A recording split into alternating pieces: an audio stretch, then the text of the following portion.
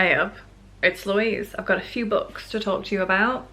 I usually do 5 books, but I only have 4 today. You might see 3 here. One was an audiobook, so I'll put a little picture like here when I'm talking about that one. So, I've been really slow at reading at the minute. I like to do 5 usually, but it's took me bloody months to read these guys. So I can't have them just sat in my house forever and ever and ever. I just need to do a video so I can get rid of them. So let me start from, nope, this one. This was Vox. I like this. I got this in Bernardo's for 50p. I think I saw that and I was like, this looks interesting. By Christina Dalcher. Long story short is this is just a rehashing of The Handmaid's Tale, but women can only speak 100 words a day, and they have a bracelet on that shocks them if they go over, and it resets at midnight, but they can't like go to work or anything or do anything with their lives. They just sort of sit at home. So kind of like The Handmaid's Tale, also kind of not. I liked it because I love The Handmaid's Tale. I love a bit of Maggie Atwood. This one, yeah, I enjoyed this. I enjoyed it. Like, the chapters are very short, which I like, because it makes me feel like I'm making a lot of progress. I hate, because I'll be like reading a book and I'll be like, oh, I'll just wait till I get to the next chapter. And it's like 2 pages. And I'm like, I'll just go to the next chapter. And then that's like 5 pages. It just makes me read more. I hate when it's like 50 pages to a chapter. Even though I end up reading the same amount if I read like 1 chapter that was 50 pages or like 5 chapters that were 10 pages. It feels like I'm making more progress with shorter chapters. Do you know what I mean? Does that make sense? Am I just being weird? I like this. It was quite good. Quite good. If you see it in a charity shop, I'd say pick it up. I enjoyed it. It was like a 7 out of 10. Have I ever done ratings out of 10? I don't know what I'm doing. 7 out of 10. Put my name on the back instead of gripping, says Bella. 7 out of 10, says Louise. Wonderful, stunning, amazing. Throw it on the floor. So, next. Diana Wynne Jones's Howl's Moving Castle. This was so good. This was so good. I've not watched the film in so long, right? And I watched it at the weekend because I wanted to compare to the book. The book is so different. In the film, there's all the war and stuff. And in the book, there's no war. It's just Howl fighting with the Witch of the Waste. My biggest takeaway, he's Welsh. Howell Jenkins? I didn't know that. That's insane. I don't know why that blew my mind. I was like, oh yeah, Howell. Yeah, Howell Jenkins. He's Welsh. Pretty cool. But yeah, it is very different from the film. I really liked it though. I liked the world building. I liked seeing Sophie's life before Howl comes and scoops her up and she's an old woman. I really enjoyed it. I liked hearing about the sisters, like the family dynamic. Really nice. Really enjoyed it. It's obviously a lot more in-depth than the film, but the film is only 2 hours long. You can't get that much detail into it. Also, side note, amazing that Ghibli did a 2-hour-long animated film. Like, that's a lot. That's a lot for an animated film. Animated films are normally like 1 hour and 20. That's a lot of work. Do you ever just get like depressed and dye your hair black? Me too. I love Howell Jenkins, the Welsh wizard. Yeah, I really liked it. I thought I would because I bloody love the film. Calcifer is scary as hell though. Let me see if I can find the picture of Calcifer. Because in the film, obviously he's just a cute little guy. He's just like a little fat ball of flame. But he's so, oh there he is. He's so scary in this. Why'd they make him so scary? He's actually a scary demon. Whereas in the film, he's just like a little, aww, it's a little fireball. He's so cute and he's got little wheedly arms and legs. They make him so scary in this. 10 out of 10. I love this book. It's whimsical. It's fantastical. Diana Wynne Jones, legend. I love it. Fantastic. the film is also very good. One of my favourite Ghibli films, in my humble opinion. Also, you didn't ask, but my favourite Studio Ghibli film is The Cat Returns. I know that's not everyone's favourite. I know some people don't even like that one, but I love it. I love Muta getting banished from the Kingdom of Cats because he ate all the fish. I have a tattoo of him because I love him. He reminds me of my son, Reg. Love him. Love that boy. Let me scooch over to this side.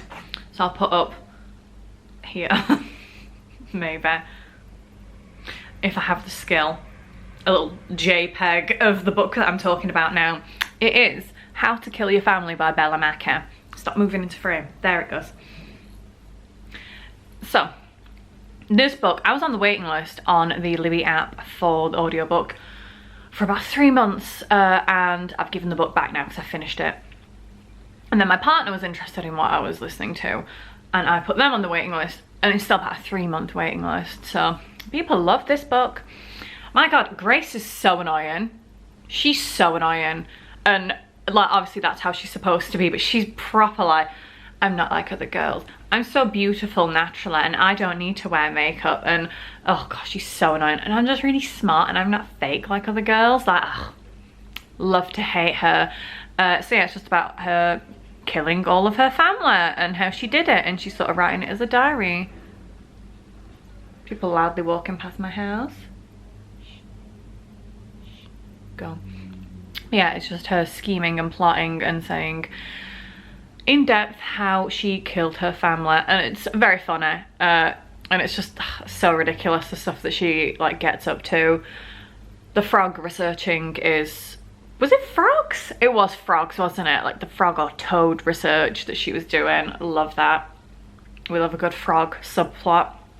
I really liked it. The waiting list was accurate.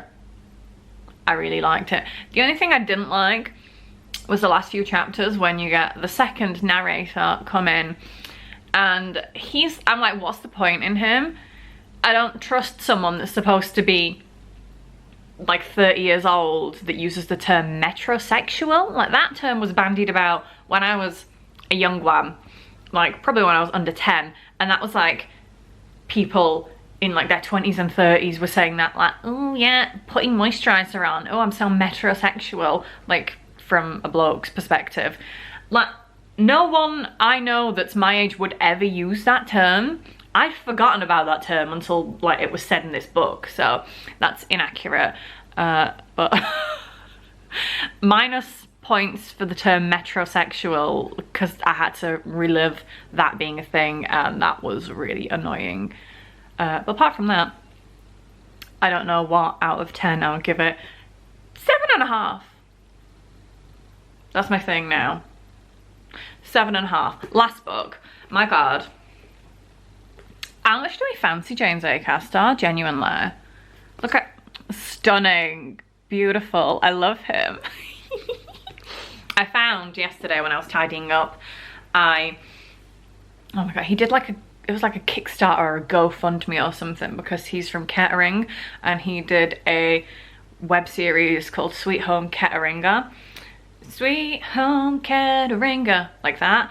And then he went to the Twin City or like town, which was Lahnstein. So he did Sweet Home Lahnsteineringa, I think it was called, and there was a Kickstarter for it. And if you pledged money, you got like a postcard, and I found that postcard the other day. So that's one of my treasure possessions from my boyfriend James Acaster. So anyway, James Acaster's Classic Scrapes. This was phenomenal. I got this at another yard sale last year. Phenomenal.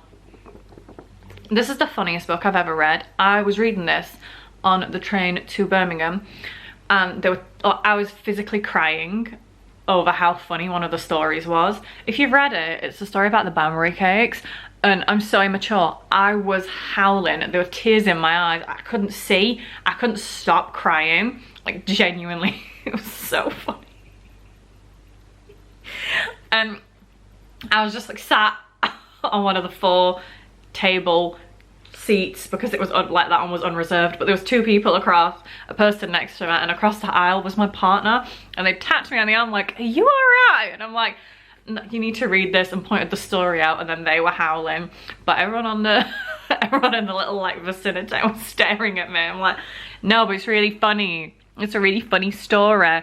But a few times that happened where I was fully in tears laughing, but the Banbury cakes, man, that was I'm so mature. It's just a stupid fart joke, but I'm a child. Very funny. I love James Acaster. He's my boy.